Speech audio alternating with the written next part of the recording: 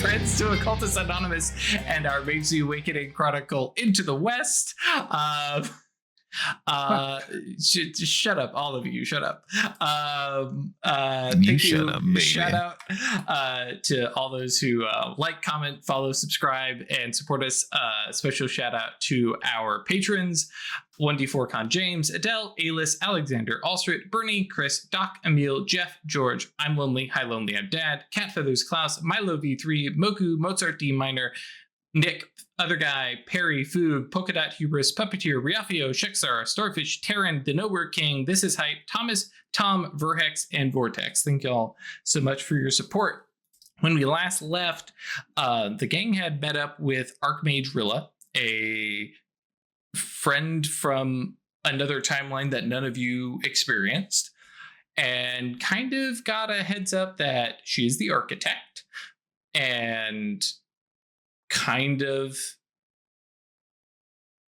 engineered the start, developed the technology, however you want to say it, that led to the creation of the God Machine, because her little pet project, once, suborned by the Exarchs and Seers, has bloomed into a terrible monstrosity that will keep everybody's nose to the grindstone, or just enamored with money or pride or power, anything to keep them from elevating themselves and eventually, awakening, ascending, peering past the lie, any of that stuff. So we pick up, returning back to the caverns of Neokus after a quick little visit over into a chantry that is a plucked out little loop of the end times of the God Machine. Not nearly as much hellfire and brimstone or anything like that, just everything is bad.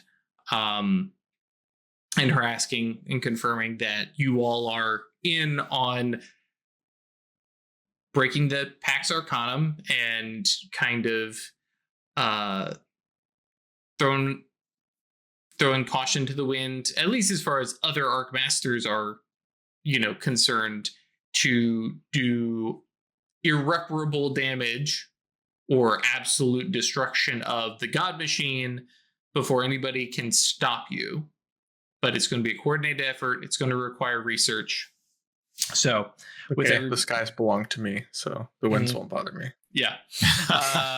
With everybody being on board, she continues and explains that the weaknesses that she's aware of after several lifetimes of trying are the various anchor points that the God Machine actually has to the material from whatever other dimension, pocket dimension it exists in, outside of the known universes. It's something that's not in the shadow. It's not in the underworld. It's not in the astral. It's not even in the material. It's someplace else. And yeah, Legba nods big. Yeah, that's a pocket dimension. Sure. It's just really, really big. And those anchor points are places where it has influence. Right now, she continues, the God Machine is anchored in place. It's a ship in dry dock. It is secured and isn't doing anything. It is capable of doing things, but it is not complete. It still needs more, and it needs a mind. And she kind of looks over to through stone out towards a jail cell and says, and that thing has to be disposed of. I don't know how, because literally any place we put it, they could get to it. Even throwing it into the abyss, it could be found again. Even taking it down into the depths of the underworld, it could be found. So you have to unmake a rank 6+ supernal being that the Exarchs work together to make or play eternal hot potato or damage it and yeah, so for her, she's like, anchors and destroying those are not difficult, and I've done that in the past. That thing I've never caught because I don't know what to do with it. Like says, if it is challenging to put it in a place where it cannot be reached, have you thought about putting it in a time where it cannot be reached?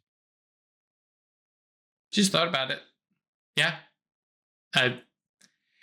I have stolen my own tome out of a time. We would have to do some significant work to put it in a place. You mean a time? Correct. That They're the same thing.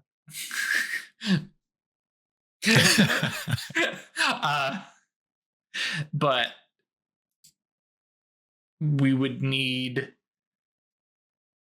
to create a timeline and then cut both ends of it off so that the timeline never began and comes to a terminal end. And that is actually, I think technically it is something she is capable of doing, but then there's going to need to be some form of guardians because it still exists. It's still there. Somebody could potentially go get it. So it would be something that would have to be created, set in place, and then all ties to it erased, all memory of it erased, and she kind of looks at herself, looks at all of you.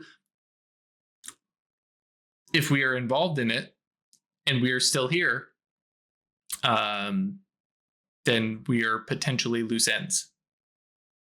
Yeah, if we erased our own memories, then we wouldn't be able to ensure it's not found.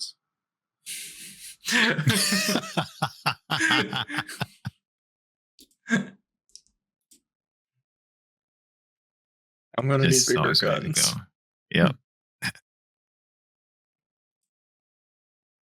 Like this says. So if we deal with the anchors, is this still a problem? Yeah. Yeah. I sound like this is sort of the problem.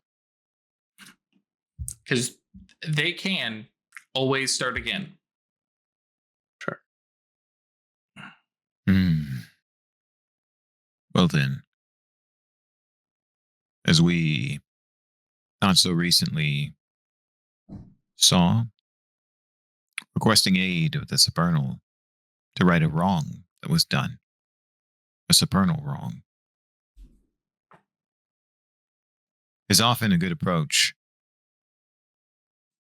I have a question for you, Architect.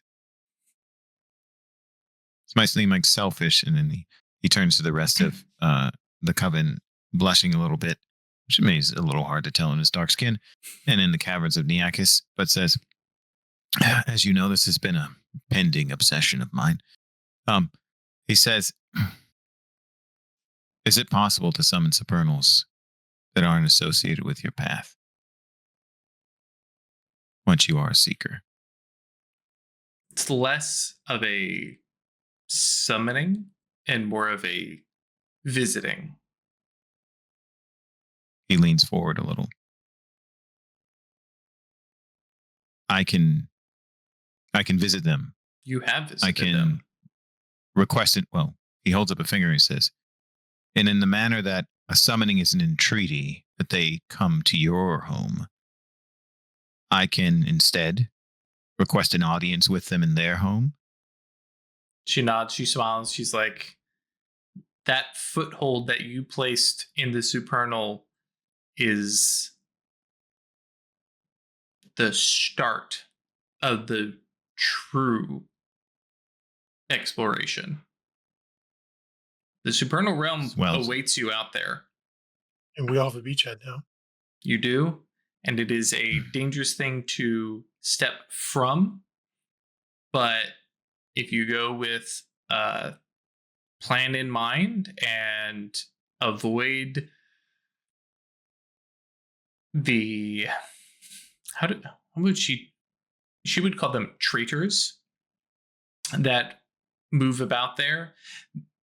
These are much greater beings rather than the aspects and reflections that I think she says path mages use. She probably These say are- travelers. She might say travelers. Well, right? travelers are arcmasters. No, those are seekers. Oh, okay, yeah, you're right. Yes, travelers, because they travel across the path. You are correct. Yes, that lesser mages, travelers use. You would be speaking with the supernal being, the supernal symbol, and kind of looks at Petrichor and says, "You can go find Storm."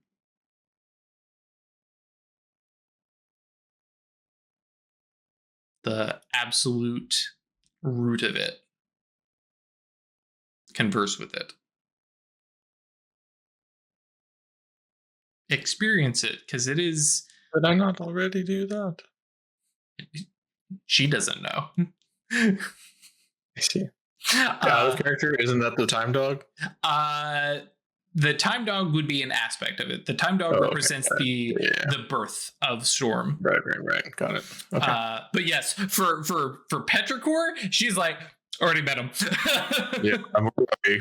Yeah. Hey, I don't want to burst your bubble. By the way, that beachhead thing was really funny.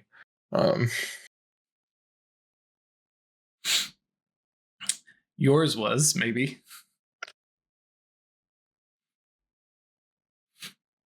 But yes, there's no need to summon them anymore. Walk to your Sentimani and prepare yourself, and then step out and go visit them. It is a very different experience, because one does not simply speak to an avatar. One experiences it. Does not simply speak to it. You step into its presence, and it is everything. The landscape, sensations, all the things that you speak with. It is like visiting a Temenos realm, where it is all one entity. Hello, Greg. Baby. Where's my He's here? He's not here. Okay. Stuck on Greg Meowth. Uh-huh. You gotta give him a little coin for his head. Yeah. Okay. All right. That's it. Good one. I'm gonna be real. You chose this name. For scratch card, you also get one Toy Story 2 reference after you're cashed out.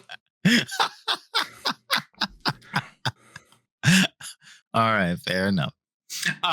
Yes, so you do get to experience supernal being, and the knowledge that one can gather from that, the favors that one can exchange with them, is something far beyond the boons of the aspects that are summoned here. Like a really big gun. She smiles. You can go meet Gun. I'm just imagining Petrichor walking in and just seeing like a really sleek, futuristic laser rifle, and just being like, "What have you done?" Massacred my blood. What is this? Noisy massacred cricket from Men in Black, right? This little dinky thing. What have you done? Bang! Oh, okay. Hang on. Maybe I spoke too soon. Anyways, yes. I bet it'd be like the revolver that the Saint of All Killers has in Preacher. Yeah. Shooting down helicopters and things. But yeah, more on topic. Okay, so yeah. Yeah. I'm just thinking of the gun devil. So yes, we can seek allies amongst them. Many of them are capable and incentivized to work against the Exarchs, but they themselves are fighting their own war in heaven, so to speak, with the Exarchs, because the Exarchs continue a war to subjugate that which is not already subjugated. So the Exarchs are actually Real? entities? There, Mhm. far more than the 10 that are worshipped predominantly. I see. Their names changed, their faces changed. As far as that's I easy, can right? yeah, as far as I can see, they're and she kind of looks over at Max and is like, we were taught that oracles and exarchs climbed a ladder together, and then the exarchs tore it down, and there was 10 exarchs, 5 oracles, and no, I think there were far more exarchs than just 10. That's troubling. But they fight amongst themselves just as much as they fight against us.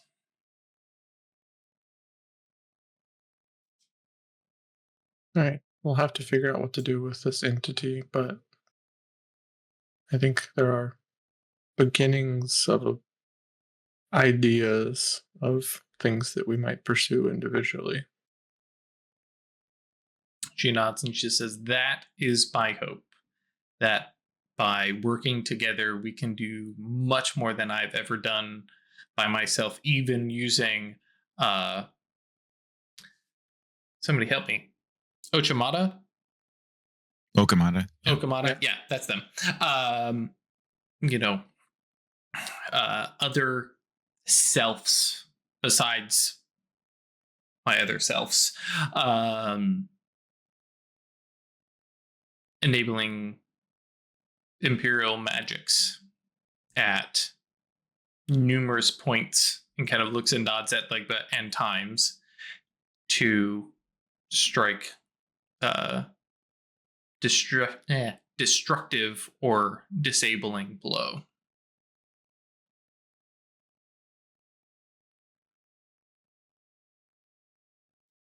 And please tell us, his anchors, are they merely raw connection? Is there some unique aspect of how the God Machine is connected to the various ephemeral realms? They are anchored perhaps exactly where one might expect. Points of tyranny and strife. The astral, you can imagine very much of where they are located. The shadow. Yeah, I was just gonna say, like the size. Yep. I wasn't trying to interrupt you. No, you're just good. trying to offer some color to his response to I've already been there. Yep. The shadow are fewer in number, but definitely stronger. Places where some of the greater beings have bent the knee in creating an inroad to the God Machine's influence in the shadow. And the underworld, it is all over the dead domains, which for all of you probably means nothing because you guys haven't delved into there. But the Like, but went deepest, on a trip with but Baba Sarah. I don't think you guys ever went that deep. From my memory, you guys had basically been to like river towns and those upper levels and not journeyed down to the Styx or Fair any enough. of the other rivers. It was I think a part of like the long time skip Mhm. when Yeah. Obviously was like venturing for a while and we had declared that Legba went. So but I don't know the details. So Yeah, we didn't do any deep exploration. It was all sort of surface level. okay. Trying to map the underworld to Riverinian gates. That's right. I remember that now. Yes. Thank you. Yeah. And for on my end, it'll be fun because we're gonna let loose Archmaster Solace of Darkness into the deep domains and being like, her daemon is just gonna go nuts, be like, we could have been doing this entire time. We could have made a nice one. It would have been really nice. I would have been nice to all the ghosts out here, I swear. Now you want to do the cool thing, huh? Right. Because you got to save the world. But there are many anchors in those various domains that are tied to subjugating ghosts into service. I know one is ruled by Orcus and is a forge of ghostly power, turning ghosts into weapons.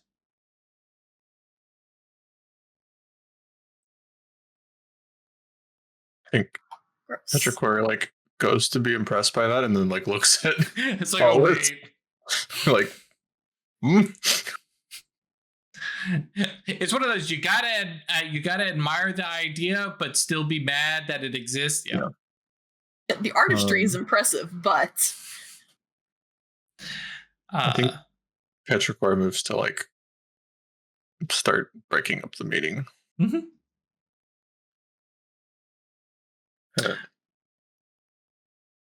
I think Craig had said that Solace wanted to talk to Petrichor. Mhm. Yeah. So, and yeah, the big thing being is that yeah, okay. I was like, hang on, what order am I doing this in? The architect asks you all if she can place an iris to her golden road here within the caverns that will be safe, so that you all may access her golden road indirectly rather than connecting your golden roads. She kind of college professor drops like this casual knowledge of making irises and connecting these things, because y'all have been Archmasters for 3 months. We Maybe thought less. about though. Come on now. Yeah. I already figured that out. Yeah. But that way you all have access if there are other agents. And she's like, I have places to sustain mortals within my golden road, and they will actually be able to physically enter rather than leaving their bodies soulless while they visit. Is this acceptable?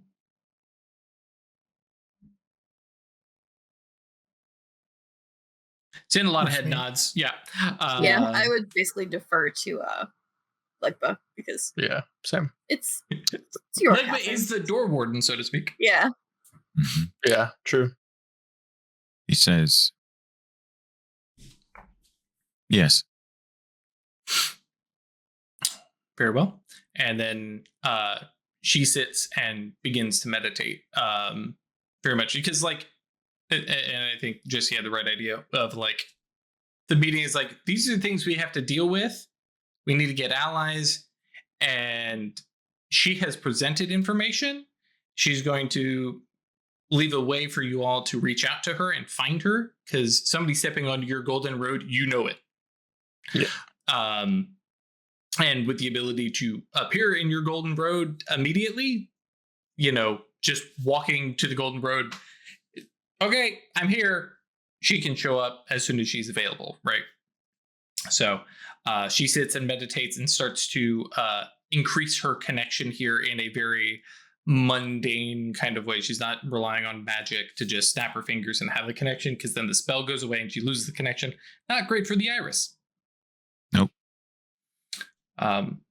But yeah, we can definitely have the meeting kind of move. Go ahead, Ralph. You got something? Yeah, he was going to say something Mhm. to the architect. Mhm. It doesn't need to be private, but if people start, he's just going to say this to her. So, in the sense that not everyone has to stick around to be an audience for it, but as the meeting is breaking up, he's going to linger briefly to ask her something, and he's going to say, "Architect, as he says, I doubt it will come as any surprise to you. Or no, I doubt it will come as much surprise to you that there are many things I wish to speak with you about, and there is little time to do it. I wish to maintain a connection with you so that I can converse with you at a distance.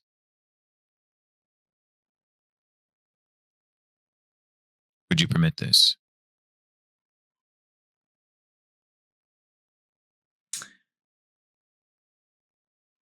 Yes. Though I will warn you, when either of us are on our golden road, it will not work. I believe there might be a way to circumvent that. Sit with You me. see, Go ahead. go, and I'll wait. Actually, let's have a long conversation after that could be happening meanwhile, while the action got it. shifts to. Yep. Cool, perfect. Yeah. So Legba sits to try and figure out how to bypass the golden road issue, because it's an issue for all of you. Because if any of you are off on the golden road, or Legba is off the golden road, that telepathy that has been a very useful tool for all of you pops out of existence. Because when you're on the golden road, things outside of it do not affect you, and you cannot affect the outside world. So when you leave, anything that is an ongoing effect on you isn't going to affect anybody else. So telepathy, purgatory bluffs, uh, Creole pidgin language that everybody just manages to get along, that just goes out, and everybody is like, wow, this is a lot more difficult today for some reason. Why are we not communicating? Yeah. So yes, I believe Solace in Darkness and Petrigore have a shared problem as Archmasters.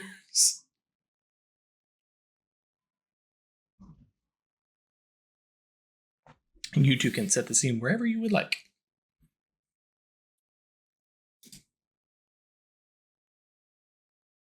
Just as I think as we're walking away.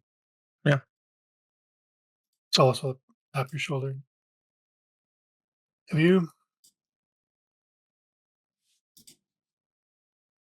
spoken to Jules about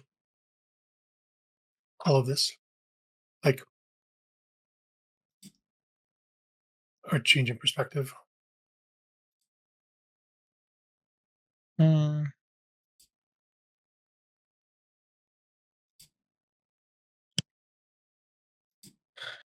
I think I've touched on it.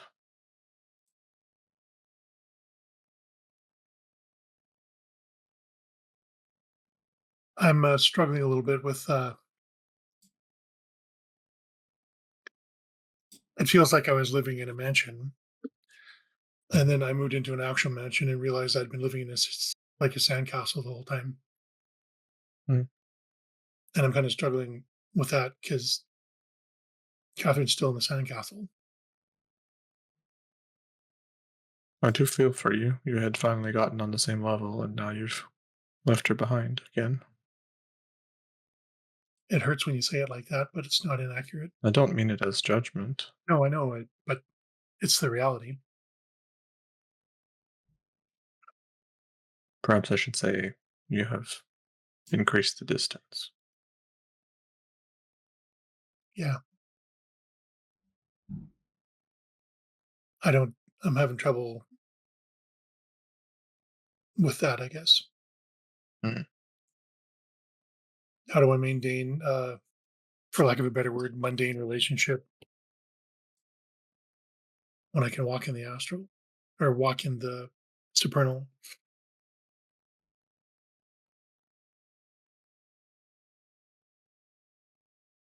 If you I don't know that I have an answer for you, but you haven't thought I- about that at all? Not an issue for you? no, I am what I should be. And the trials and tribulations that come with that are just those set on the road before me.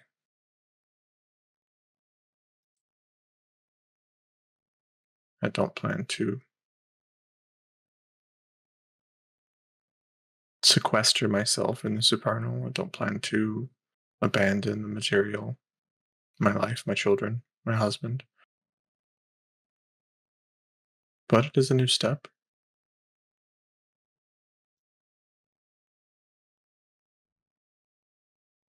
Okay. You know, my life since the day that I left my home in Mexico has been a series of moments where I should have died and didn't.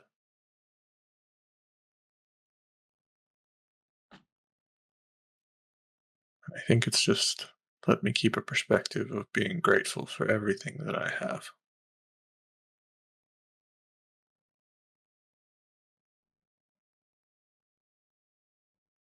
It makes sense. And I am. I have that feeling.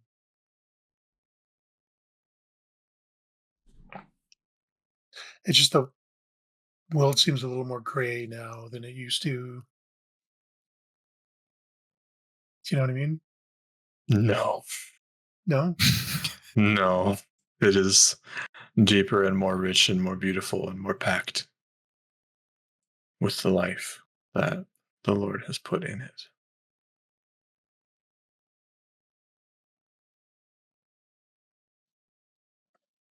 The pallid flesh of the grave, I think, tints your perspective, as does the vibrancy of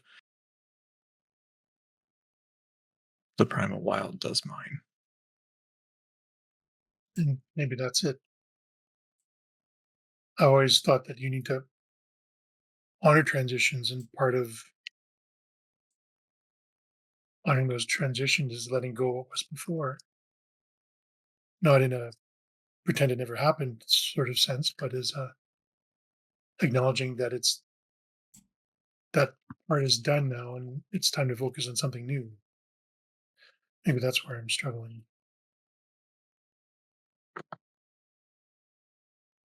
Who says the new can't involve your family?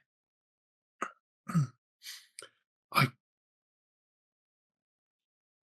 I would feel really irresponsible to take Velosia to Golden Road, for example. I don't think that's what I was Yeah. suggesting.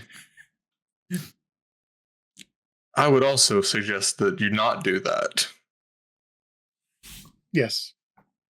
I don't know that we'll have a sort of family outing to the No. supernal wild for a hunting trip. I mean, I could Dr. Never mind. That's down that road. I don't relish the thought of blasting another abyssal out of your daughter's soul either. So Okay. I I hope that this has helped put a new perspective in your mind, but I'll try to focus on the gratitude. I mean, my other suggestion would just be to talk to your wife about this. You struggled for so long not being able to talk to her, and you can talk to her about this. She will understand. You know, that's true. She won't forget that you told her that you have a new level of magic. She can go to I your guess golden road. Yeah. I guess that was a behavior I'd fallen into, that there were things that I couldn't share anymore. But that's not true. It's not the same. Um,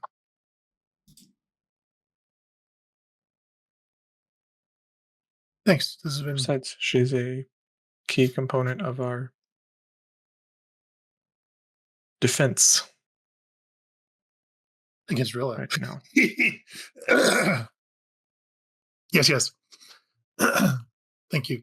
This has been a helpful perspective to share. Now,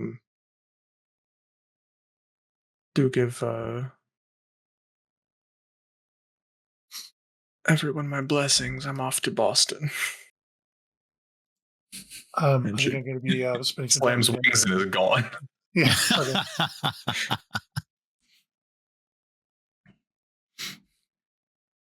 Okay. Ash, your reaction there. You heard the song playing in your head too, right? Yeah, okay. Think I'm going to Boston? Shipping off to Boston? Yeah. Yeah. No, the Augustana. Oh, I don't know that one. I was thinking Dropkick It's Murphys. just named Boston.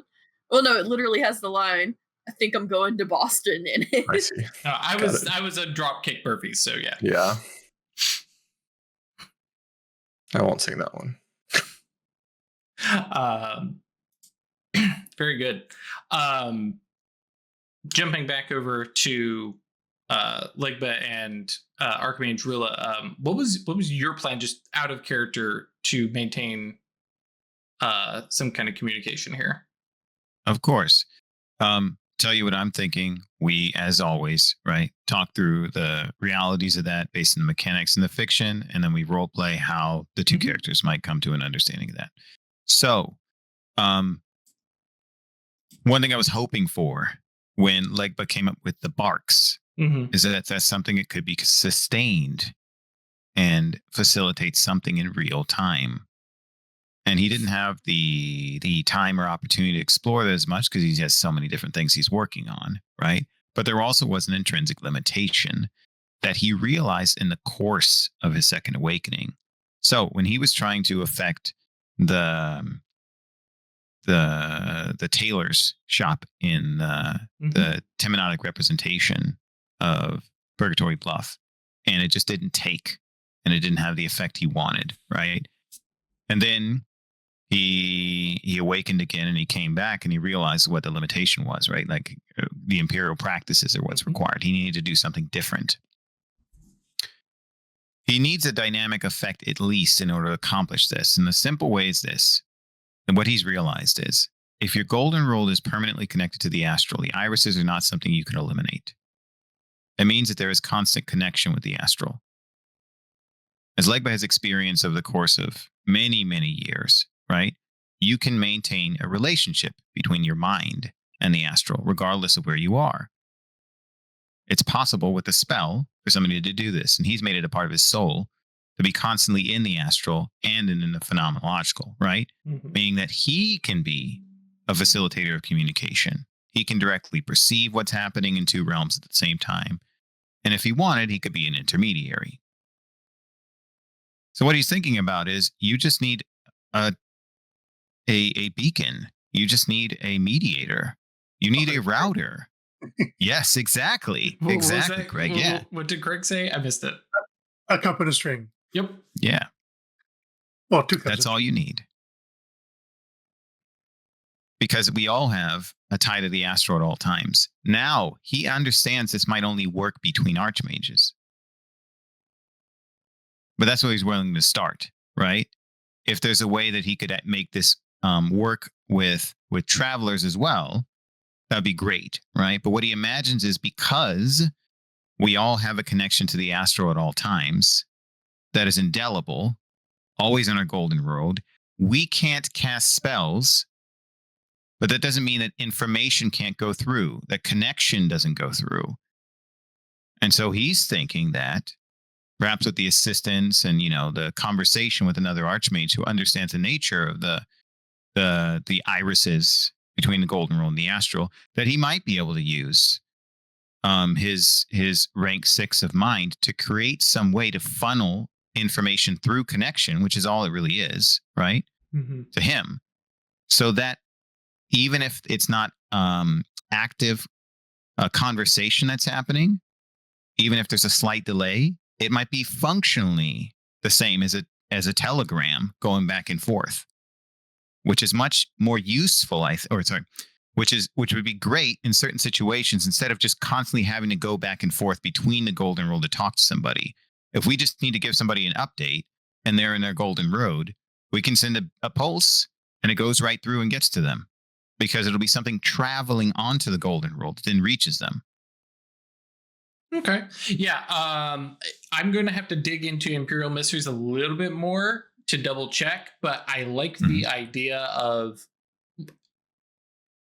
literal messengers moving between golden roads and leaving messages, little armada of astral puppies. Yes. Jumping between your guys' iris golden roads and bringing goetic messenger. We'll put a little, what is it, little bellhop, little hat on them, a little bow tie, and they can deliver messages, or rather leave messages waiting for somebody to show up. So yeah, you jump onto your golden road and you have a row of dogs all ready to give you messages. It's just like when you look at your phone and you realize you missed a bunch of calls and you have a bunch of voicemails. Like, okay, let me just go to the last one, because all these are precisely. Probably I could see that working. So cool. Awesome. I want to look over some stuff for some of the rules of the irises, but we'll doesn't have to be this session. Yeah, this is Legbo wanted to mention to her as soon as possible to set the stage for the story involving that kind of thing happening. No, I totally dig the idea, and for Rilla, she's never needed to coordinate with other Archmasters before. So yeah, for her, she's like, okay, hang on. This is not, maybe that does work. And so you have this little conversation in the cave of like, but wait. So yeah, I like that. Cool.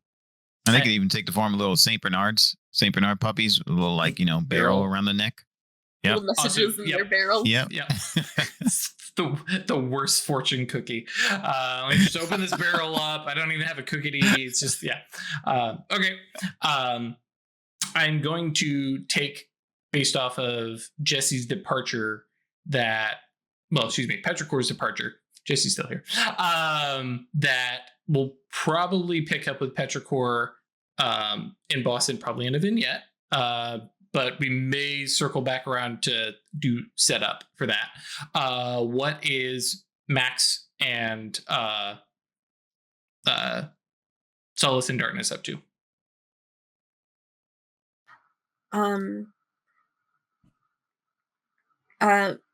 Max's next plan is to try to make inroads with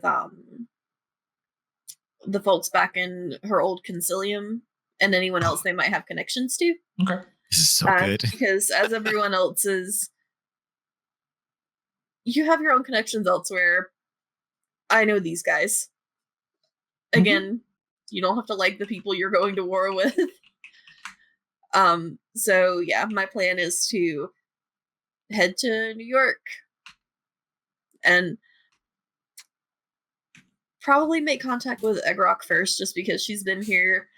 She's one of the better ones. Yep, and she didn't cause issues with y'all. Oh, that is, I knew there was something I needed to do before Rilla started figuring out the iris. So she does talk with y'all real quick about the other Archmasters that are out there. This is relevant for Max. But yes, I'm going to skim over the narrative. That way we don't spend too much time on it, because out of game, you guys can just go read up more on them in the book.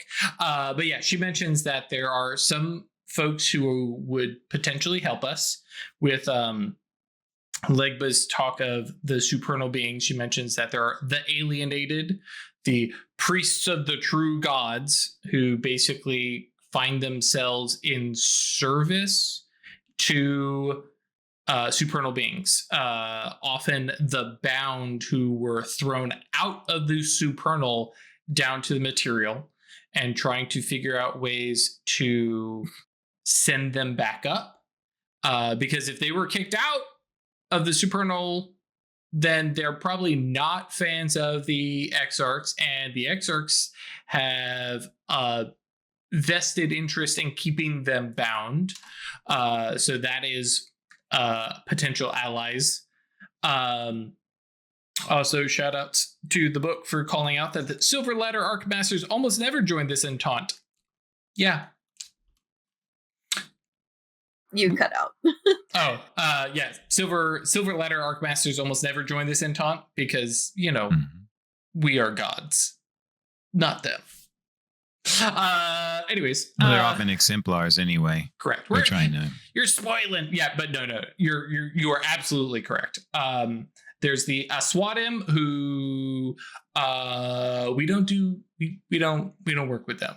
They're the ones who somehow ascended or had a second awakening and then decided that no, let's just burn it all. Well, actually, they don't even necessarily think that they want to burn it all so much as they're so deep into their own desires that they have lost all humanity. Don't they also think that that the way to ascend is through the abyss? And so they're trying to bring everything down with them into it. Technically was. Right. Their whole idea is to break bonds. They promote hypocrisy. Their ideal is the nightmare curse, which is victims either awaken to the abyss and just straight into being Scelesti and potentially possessed, or spread that potential as so they're bad. Where is this? Here we go. A nation under a Swadim stewardship soaks in collective pain, but suffering is only a side effect. The Dark Ones aren't sadists, they're just too rigid to bend to the truth we break. Yeah. Not great. On the flip side, we have the Bodhisattvas. Shout out to our girl Atratus, because this is totally her. I'm never going to ascend. I'm just going to help everybody else do it. I'm never going to leave this world. I'm going to stay here forever. And I'm, being,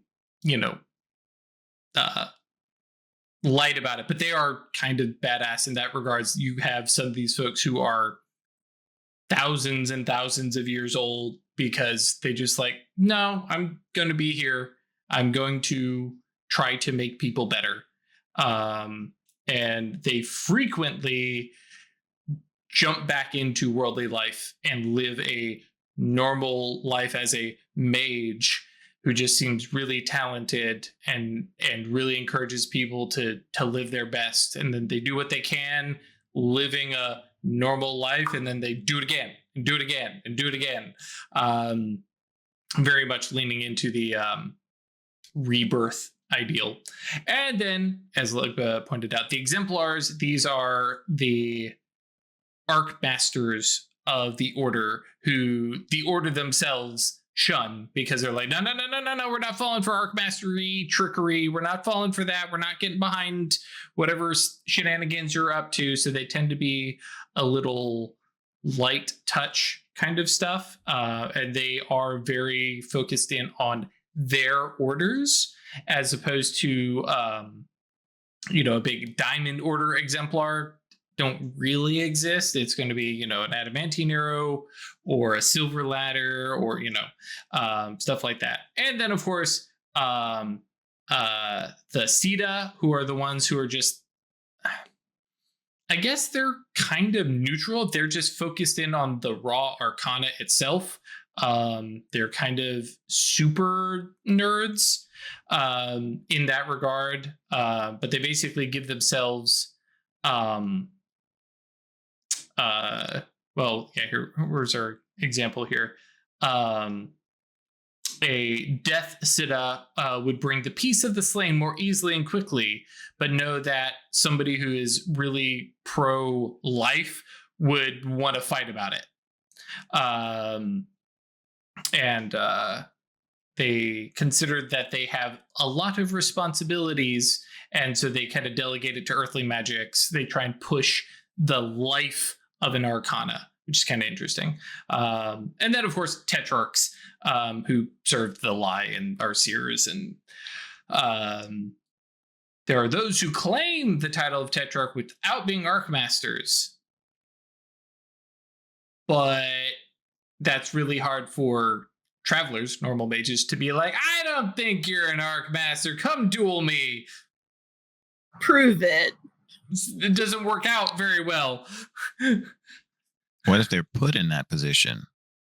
Even worse. Yep. Yeah. So yes, she does kind of run down that as suggestions for potential allies or people to avoid as you guys go about your journey. So yes, Petrichor heads off to Boston because there's a Grecian lightning thrower who needs a buddy. And boy, is Petrichor the buddy that she needs. I can't remember her name. Actually, historically close friends about to happen. Correct. Because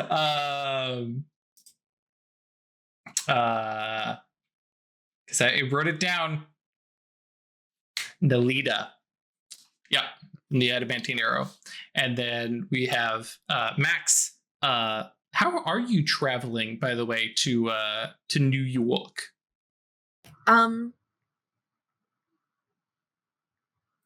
Is it a problem if you're going east? The way the Nope. Okay, that's what I was wondering.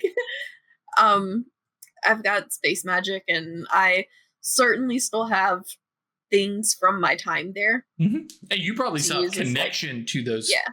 to those places. Like you've been gone for a year. Well, at this point, year and a half. Like you probably still have a decent enough connection to teleport into your old home. Yeah. So. Yep. Teleport into your bed. Doesn't matter if somebody's there. Somebody's in there. Yeah. Well, because the thought occurs to me that like Legba is in here having this conversation with Archimage Rilla, and then probably for the first time feels space magic being done in the vicinity and has like reaction. It's like, wait, who's right? Bye. Oh, that's new. I gotta get used to that. Yeah. No, it used to be you felt space magic and it had to be It's dangerous. Somebody else. Yeah. Somebody violated the rules. Yeah. Well, hopefully, you technically could teleport. Oh, yeah, because you could teleport in safely. They would just also be very, very skilled to land directly in Purgatory Bluff. That's true. And Legba also means in his mind, in the sense of the violating territory, not bypassing, like popping right into it instead of outside. And that's true. Yeah. Mm-hmm. Which swings us around to Solace in Darkness. Man, the Baba Sarah thing. I'm struggling, but I'll get there. I think she's having like a Saruman in the tower moment of, we have work to do. It's so funny that you've instantly adapted to my new name, and you're like, that's the original character. Well, and I'm gonna be real. I know. And anytime I'm struggling, it's just like Petrichor, because that name didn't change. That's fair. When you posted the message in chat, I was like, cool. Whenever my mouth fails, Petrichor. I just thought it was funny. Oh yeah. So yes, what is Solace in Darkness up to? The grand plan is starting with a fortress on the underworld side of Purgatory Bluff. Oh, okay. I thought you were going to go talk to Catherine, but okay, sure. Yeah, I don't know that she has the context to have that conversation yet. It's like, okay, I'm gonna go work on something. Yeah, and then get my my head brain clear. Try to get out. Yeah, I get it. Solace in Darkness says the magic equivalent of goes and works on the car a minute. Yes. Hang on, I need to just step out here and just do a thing, and then I mean, that's where she's done all her best thinking, right? Is when Right. she's busy at the forge or pick up the hammer. Yeah. Mhm. Okay. Cool. Oh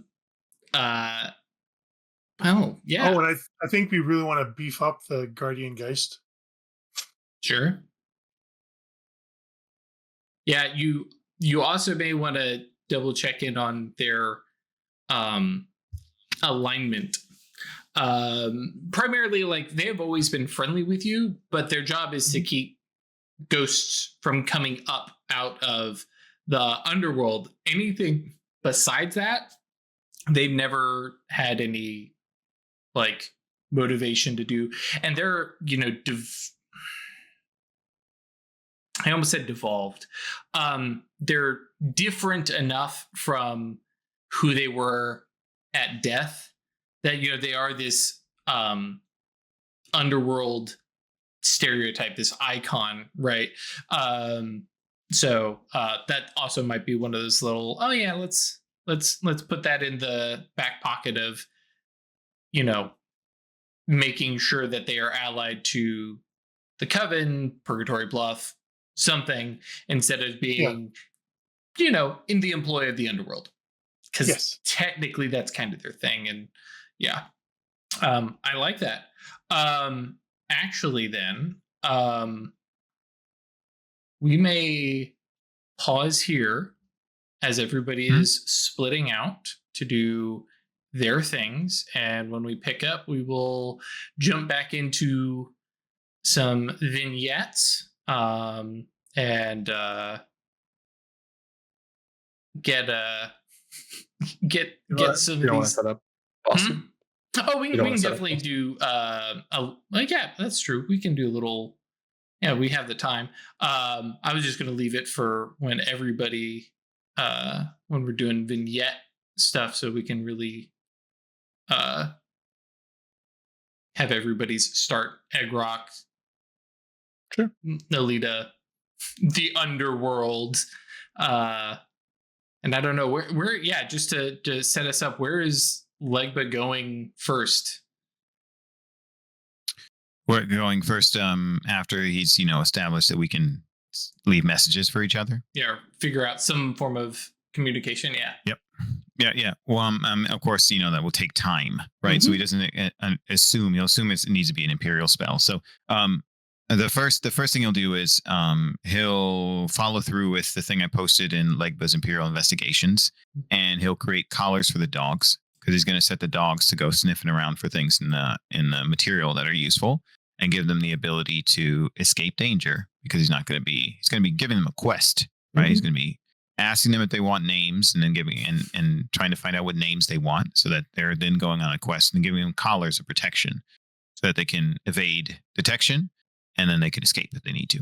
But the first place he's going to go is he's going to go to let's see, what has it been talked about? Broadly now? Speaking, are we heading into the astral, or are you heading into the supernal? Supernal. Got to go supernal first. Yep. Cool. Got to figure out what we're going to do with Heartache. Yep. So yeah. Okay. Good stuff. It's been a problem since the first time he saw it. Now is a potential solution. He needs to investigate that first. Gotcha. Yeah. I don't want to reveal too much. I mean, everybody here knows about the doggy collars, but we'll also delve into that on awesome.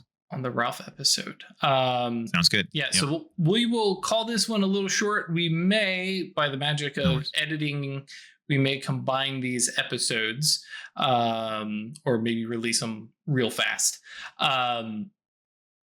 Actually, splice them in together.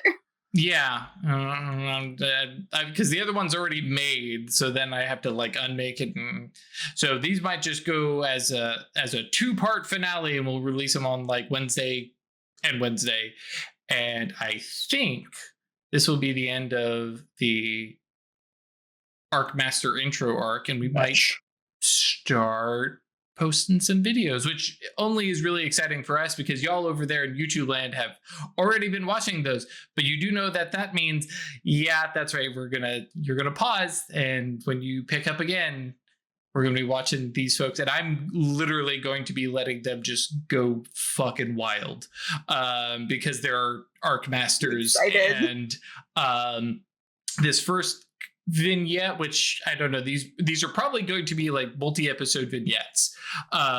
So y'all are going to have some downtime yourselves.